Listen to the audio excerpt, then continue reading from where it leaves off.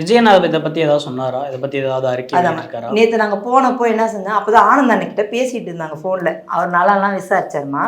நலம் விசாரிச்சிட்ட பிறகு தளபதியார் உங்களுக்கு கால் பண்ணுவார்மா, வெயிட் பண்ணுங்க அப்படி சொன்னாங்க.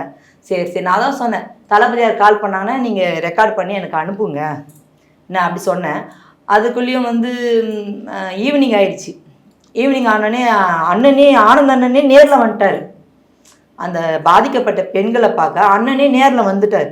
நேரில் வந்து நானும் கூட போயிருந்தேன். நான் தான் அந்த வீடியோவில் எடுத்தேனே.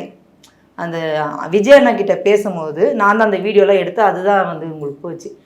நான் கூடயே தான் இருந்தேன் அன்னைக்கு ஃபுல்லாக. என்ன எடுத்தா விஜய் அண்ணா நல்லா விசாரித்தார். அப்போ தான் தமிழ் செல்வி தான் பேசுனாங்க. ஆனால் ரொம்ப அவங்க உங்களுக்கோசம் நாங்கள் இருக்கிறோன்னா, உங்களுக்கோசம் நாங்கள் என்ன வேணாலும் செய்வோம். யோசிச்சு பாருங்க, ஆண்கள் சொல்கிற விஷயத்த பெண்கள் சொல்கிறாங்க. உங்களுக்கோசம் நாங்கள் இருக்கிறோண்ணா, உங்களுக்கோசம் எது வேணால் நாங்கள் தாங்குவோண்ணா, அப்படி நீங்கள் வரணும்னா ஆட்சியில் அமரணும்னா சொல்லி ஒரு பெண்கள் சொல்கிறாங்க. இந்த மாதிரிலாம் தமிழ் செல்வி அழகாக சூப்பராக சொன்னாங்க. ஆனால் ரொம்ப கஷ்டப்பட்டாங்கம்மா.